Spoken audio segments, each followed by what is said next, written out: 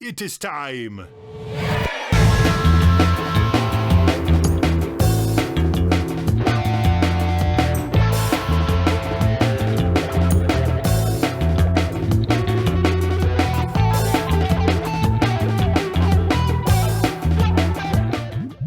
You're watching Galaxy Jams Reacts. My name's Mike. We're here with Jake Vanaman from Kendall Street Company. How you doing, Jake? Thanks so much for joining us.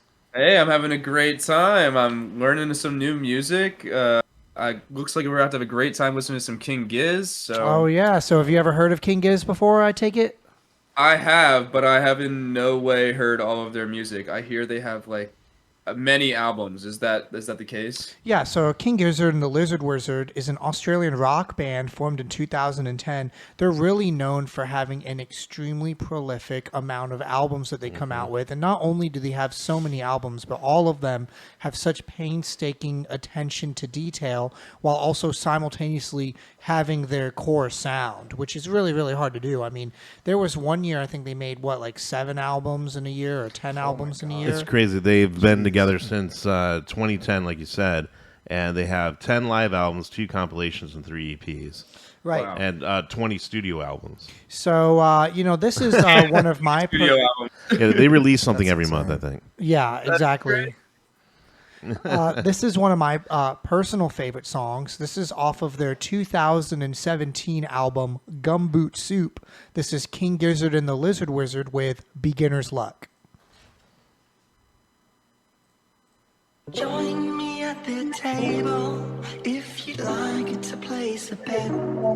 All the cash that's filling your pockets is waiting to be spent.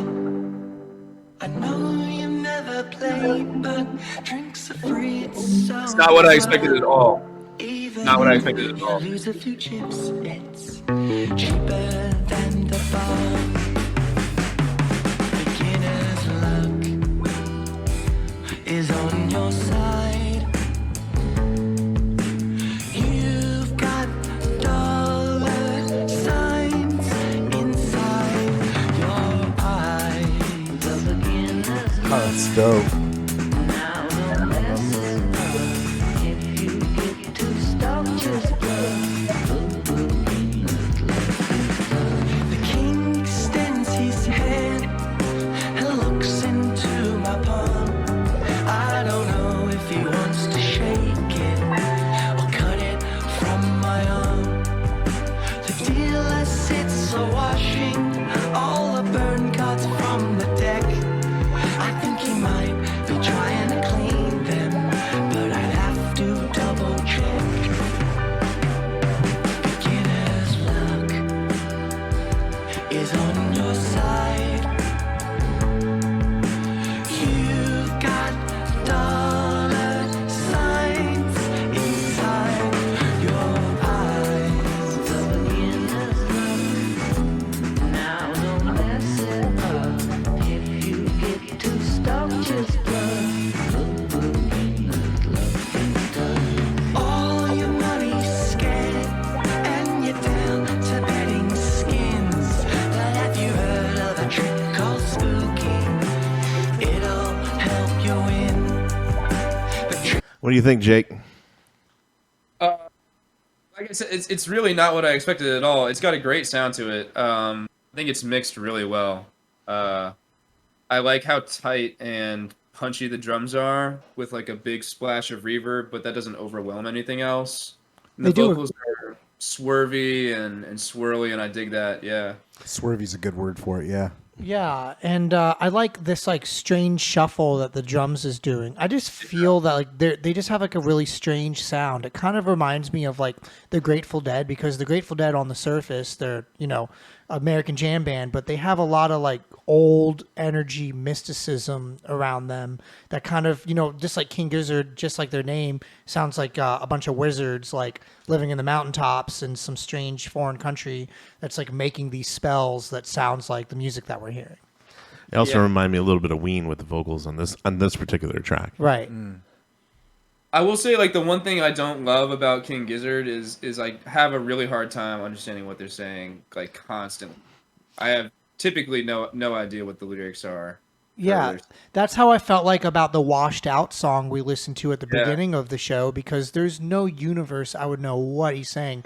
But I do feel like a lot of bands choose to go with the vocals to be more of another melody and effect than, telling a straight story, at least, unless you really dig into it. Are just for children, and cheating is a sin. And now you're down to the felt on the table, and security's moving in. Beginner's luck, of course, backfired. Caught red-handed by the eye in the sky. The beginner's luck, now don't mess it up. The beginner's luck, now don't mess it up. Some of this reminds me of like early experimental Pink Floyd Now don't mess it as well. up. If you get too stuck, just Very true. That's an old psychedelic sound to it.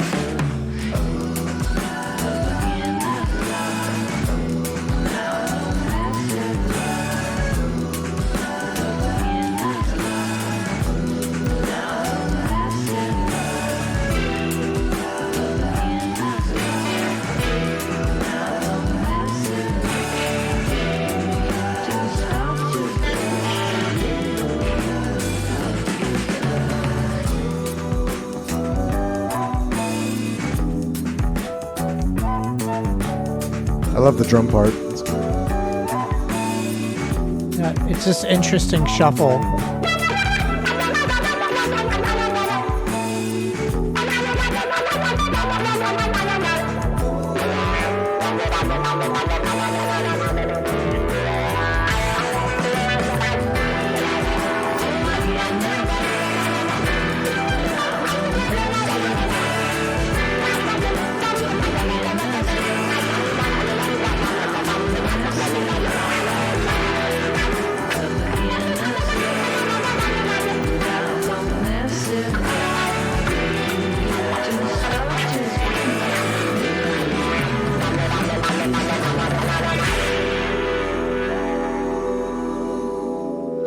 The vocal harmonies too. That's cool. That's a really Yeah, cool way Jake, to- I like how you mentioned that this wasn't the King Giz sounding like you thought it was, and this really doesn't sound like a lot of King Giz songs at all, which is why I like it.